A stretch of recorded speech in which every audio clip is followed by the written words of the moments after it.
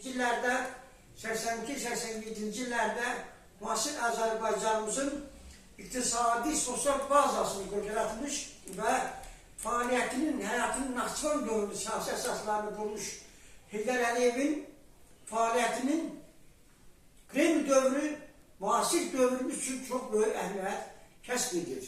1982-ci ildə Sovet İttifaqında hakimiyyət dəyişikliyi dövründə Sovet hakimiyyətində, Sovet dövlətinin rəhbərliyində yeni bir mühit formalaşmağa başlamışdır və Heydər Əliyev 1982-ci illərə qədərki fəaliyyəti dövründə Sovet İttifaqında, yəni dünya miqyasında, eyni zamanda sosialist ölkələrində, dünya kapitalist ölkələrində, bütövlükdə Avro-Asiya məkanında çox böyük nüfuza malik olan siyasi lider olarak tanınmıştır.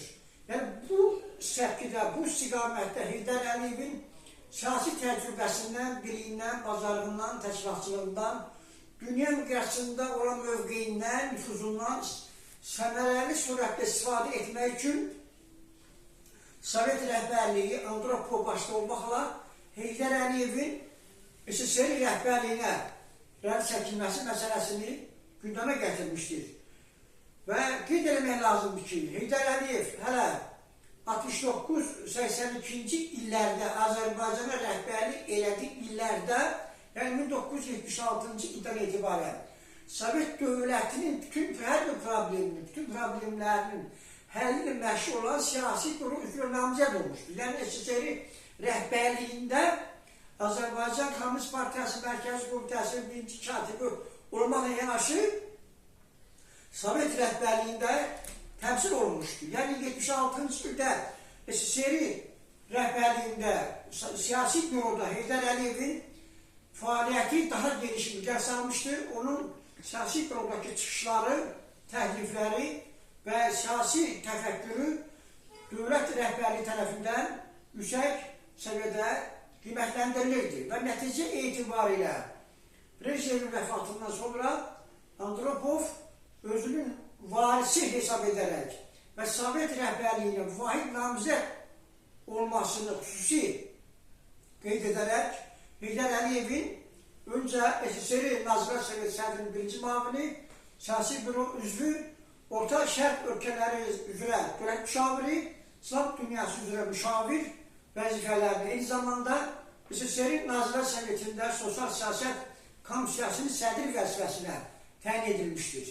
Yəni Heydər Əliyev bu vəzifədə olarkən Sovet dövlətinin daxilində iqtisadi, sosial siyasətin həyata keçirilməsi və eyni zamanda Orta Şərq ölkələrində xarici siyasət məsələlərini uğurla həyata keçirildi.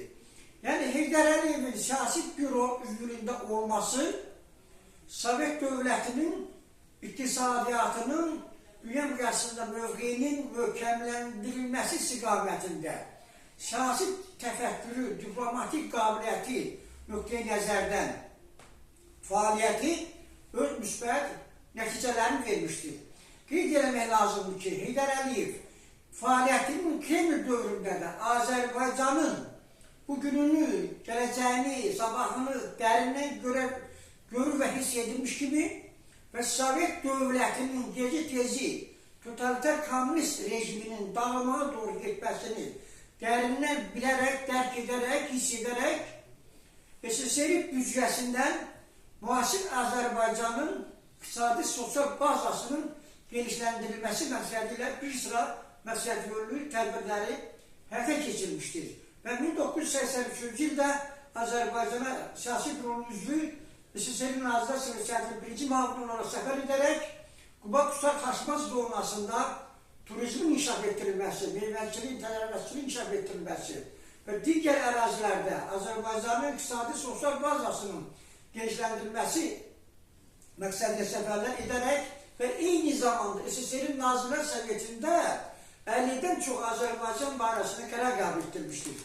İri sənaye müəssisələrinin, maşınlarma sahələrinin, yüngül və ağır sənaye sahələrinin, istehsal emal müəssisələrinin Azərbaycanda inşa edilməsi üçün SSR rəhbərliyində olan nüfuzundan, bacarığından istifadə etmişdir.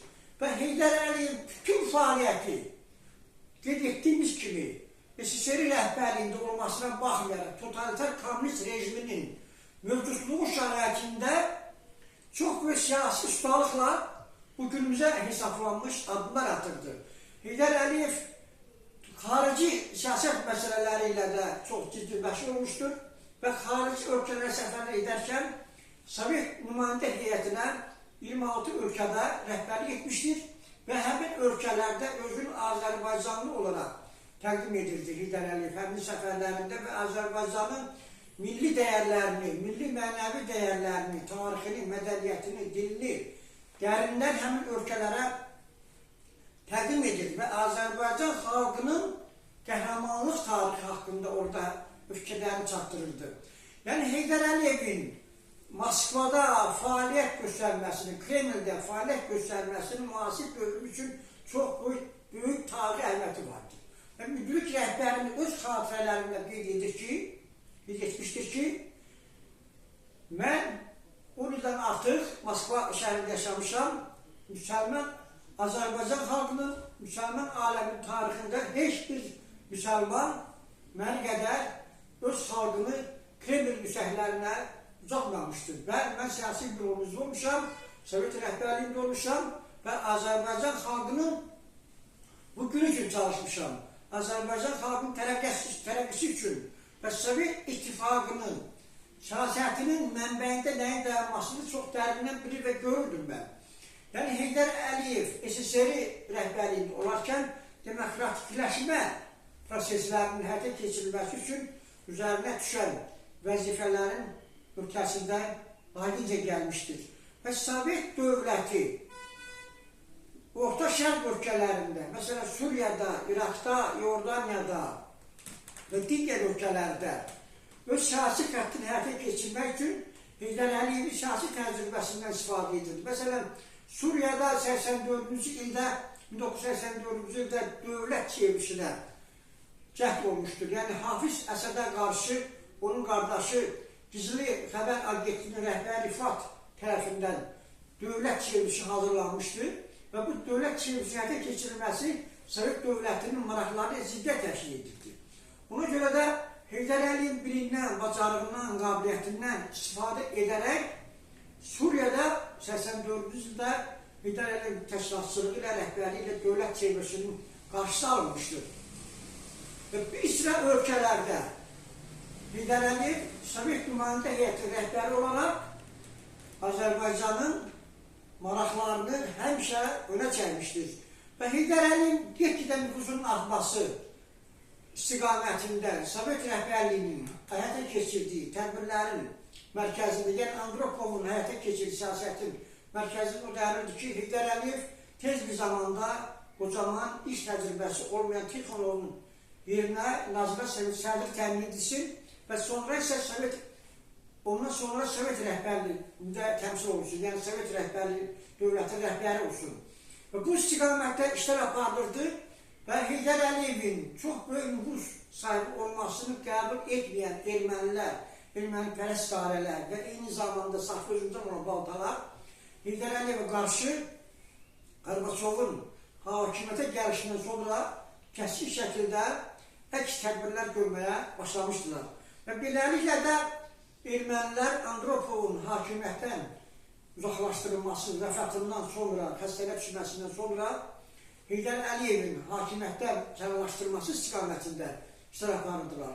Və beləliklə də Qarbaçovun hakimiyyətə gəlişindən sonra ermənilər Dağlıq Qarabağın, keçmiş Dağlıq Qarabağın Muxtar vilayətinin Ermənistana birləşdirilməsinin qarşısını kəsən və onun qarşısında dağ kimi dayanmış bir siyasi liderin Kremldə təmsil olunması ilə bir Azərbaycanlının, Türk dünyasının ixlaskarının, Türk dünyasının dayaq nöqtəsinin Kremldə olmasını qəbul edə bilmirlər, həzm edə bilmirlər. Ona görə də bu istiqamətdə işlərini həyata keçirdilər və 1985-ci illərdən etibarən Azərbaycanda Heydər Əliyevə qarşı əks təbliğat işləri aparmağa başlamışdır və üzüm və pambıq emalının araşdırılması Xantukaryanın erməni müstəntiqlərinin iştirakı ilə böyük bir komissiya təşkil olmuşdur və Heydər Əliyevə qarşı əks çıxışlar təşkil olunurdu. Saxta çıxışlar, tayfabazlıq, Əliyevçina və s.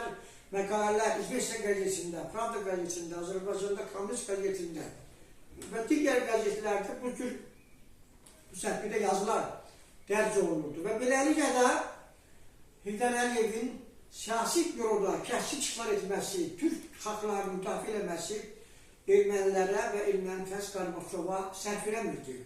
Məsələn, 1986-cı ildə Qunayevin vəzifəsindən kənarlaşdırılması sonra Qazaxıstanda yeni bir qeyri-millətin təyin edilməsinə qarşı edərək çıxış etmişdi. Korbinin həmin ölkəyə rəhbər təyin edilməsinə qarşı, sonra Özbəkistan məsələlərində və digər məsələlərdə Heydər Əliyev kəskin çıxışları ilə Qarbaçova qarşı çıxışlar edirdi, onun cavabını verirdi.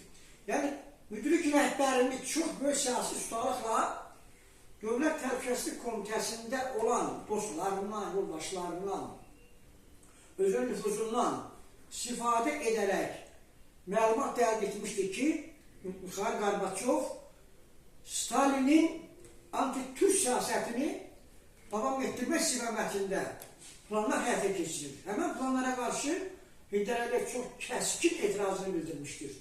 Və ona baxmayaraq Heydər Əliyev Rusiyanın tərkibində, Sovet dövlətində, indiki Rusiya üçün çox böyük işlər görmüşdür. Rus xalqları, Rusiyanın ərəsi yaşayan xalqlar və digər xalqlar Heydər Əliyev əvəzsiz xidmətləri çox yüksək qiymətləndirdilər.